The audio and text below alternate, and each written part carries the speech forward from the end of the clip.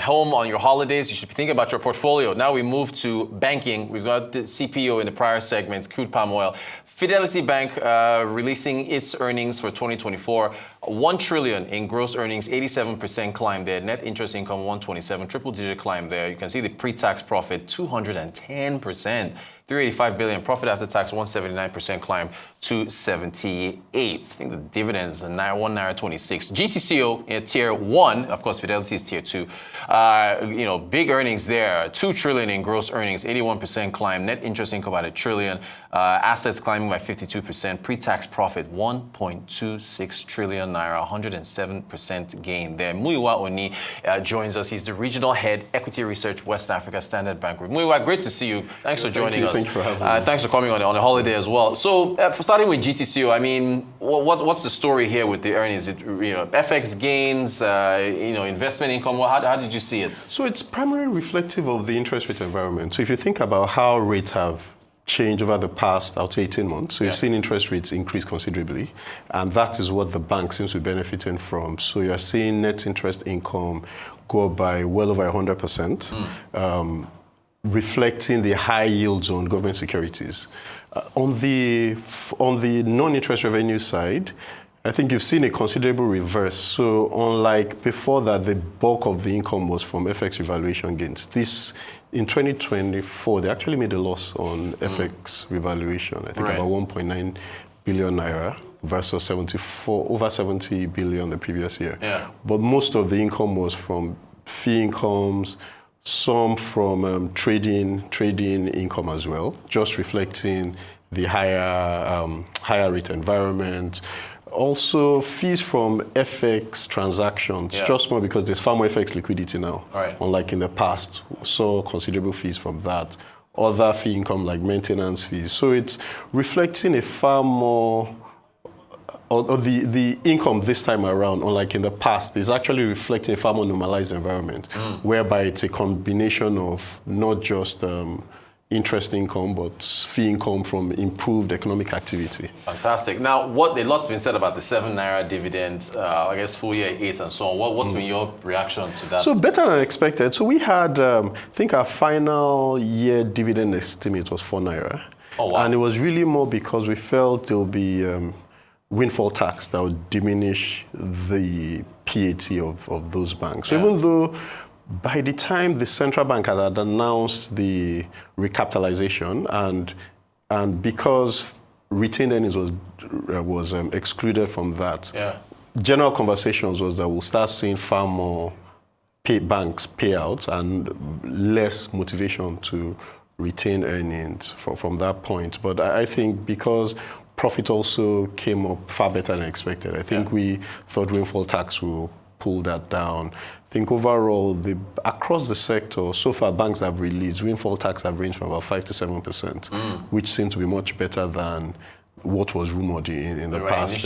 Because we thought you could actually see closer to about 30% of PBT or so. So it's actually been better than expected. And I suppose that's also why the better dividend as well, just because of the more favorable environment. But if you go back to maybe 5, 6, 7 years ago, payout is actually much less now. So even though payout year on year is higher, I think payout is about 22% from, I think, about 17% in 2023. But historically, payout used to range about 40%. So if the environment continues to normalize, you could actually see in the future stronger dividends come out, particularly once banks are able to normalize payout and move closer to that 40%. Investors are smiling at what you just said right now with that outlook. The stock, it's holiday today, of course, so no trading. But Friday, I think it was up about 7%, 68 naira 80. What's your outlook for the stock for GT? So we actually we have a positive outlook on the stock. Our target price is about 88, almost 89 naira. Oh, okay. So there's still considerable upside, about close to 40% upside, particularly when you add your dividend expectation as well. So you're looking to almost about 50% total returns. Oh, wow. And that's, so if you factor in on the on the ROE side, so even though ROE currently is for our viewers, return on equity. Thank you. And return on equity is really so dividing your profit after tax by your equity, your shareholders' funds. And so return on equity is higher this year, about 37%, relative to 36% in the past. But we still think over a normalized period, ROE return on equity will still be about 25 to 30% range. Okay. And so if you compare it to your cost of equity as a business as well, we still think the bank ideally should still be able to have an exit price to book of over 1 times. And we still see value there. So if you look at price to book right now, I think it's about 0.8 times or so. So there's still value. Fantastic. Let's dip into the tier 2 space. Just your quick reaction to Fidelity Bank. If we put up their numbers, how are you seeing their performance? So it's still positive as well. I suppose still reflective of that general orthodoxy happening in the banking sector. And so you're seeing interest income being a key driver, unlike in the past, non-interest revenues as well. So net interest income up over 120%. Non-interest revenue as well, also quite robust as well. And we're seeing fee income being a key driver.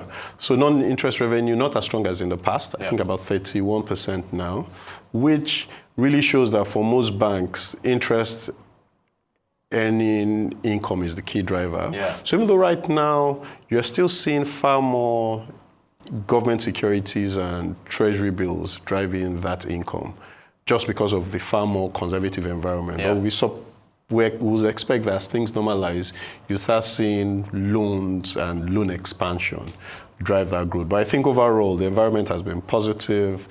And I think it's really just reflecting a far more constructive banking regulatory environment. Great. Let's jump back into tier 1. Prior to Fidelity and GTCO releasing earnings, we had UBA and as United Bank for Africa, and also Zenith. I think we'll start with UBA.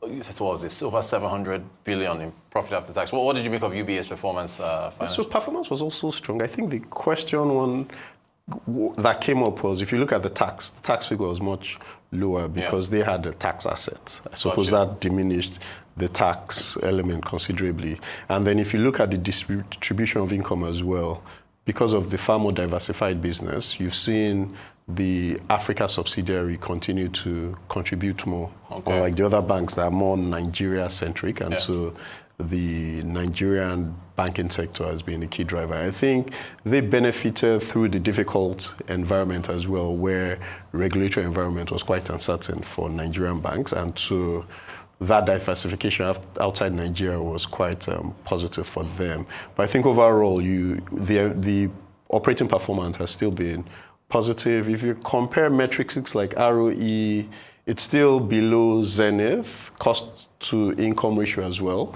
still below that of Zenith and GTB, but overall performance still quite positive. And I think if going into the year, that was one view we had for the sector, and in terms of our call, we're quite positive on the banking sector. We felt they'll still perform better in this environment relative to other sectors. Okay, on other sectors. Okay, cool. You mentioned Zenith, so let's, I guess, touch on them as well. Also, like GT, what was it now? Over $1 trillion in profit after tax. But I think their dividend was, similar to UBA. How do you view Zenith's performance? So dividend, interestingly, was in line with our own expectations, but it seems market expected more. Particularly because of what.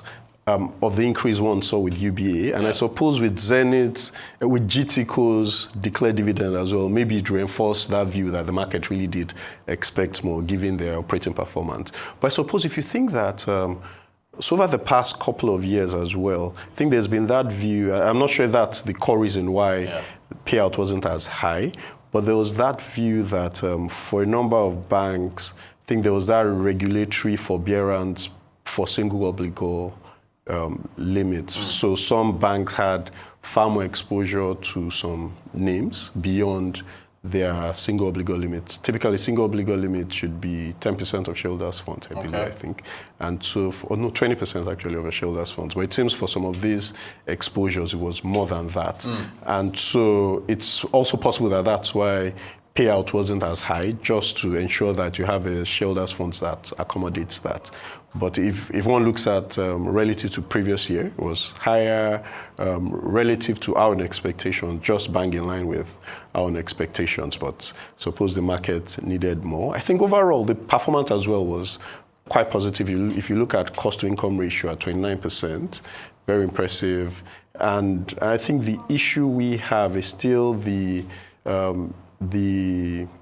Stage 2 loans. So Stage 2 loans are loans that are not necessarily challenged yet, but loans that you're concerned about, or you feel the outlook for that sector or segment is a bit questionable. And I think about 30% of their loans are Stage 2. It's higher than everyone else that we cover. And I think that's one question that one asks. But if you look at the provisioning that was done, cost of risk, I think, was highest across those banks. And I suppose it's really just trying to build up, trying to ensure that you have cover in terms of provisioning cover for the NPLs. And I think that's what, so if we look at those 4 banks, I think for Fidelity, their own cost of risk seemed to have been the lowest, I think at around 1.3% or so. For GT, I think it was about 4% or so. For Zenith, I believe maybe around 6% or so. So it seems they might have not been as conservative on their own provision. I suppose it could be a function of how they see their own loan book and relative to the others. Okay, so their stock fell on Friday, like 1.67, 48 naira. But what's your outlook for Zenith stock in terms of? Zenith, so we still have a buy rating as well. Oh, you do? Yes, we have a buy rating. Our share price is 68. Oh, okay, so there's some upside there. Yeah, so we still do see upside. I suppose market might have just been disappointed with the dividend payment, but if you look at the overall earnings and earnings performance, it was still better than consensus and better than our own expectations as well. So overall, it was still a very solid set of results, I would say. So, I mean, of course, we've still got Access, FBNH, and all the others to come. But how would you view Nigeria's banking sector for this year, going forward? And so we're still constructive. We think the elevated interest rate environment, even though we think as inflation continues to moderate, you should start seeing rates decline, but we still see it as far more positive from where we were 24 months ago. And I think maybe this is where your ability to mobilize low-cost deposits starts really coming in. So yields will fall on both government securities, even on the loan book side. And so your ability to maintain a rich net interest margin will be a function of how well you can keep your cost of funds low. So historically, GT Bank, First Bank, they seem to have dominated from that point of view in terms of cost of funds. And the tier 2s seem to have struggled with keeping their cost of funds low relative to the tier 1 banks. And so we think that dynamic will start playing out more going into the year and even into 2026 as well. Interesting times ahead. Muyiwa Oni, Head of Equity Research with Africa, Standard Bank Group. Always a pleasure having you to talk banking sector. Thanks for joining us again on the holiday. Appreciate your time. Thank you. Thank you for having me.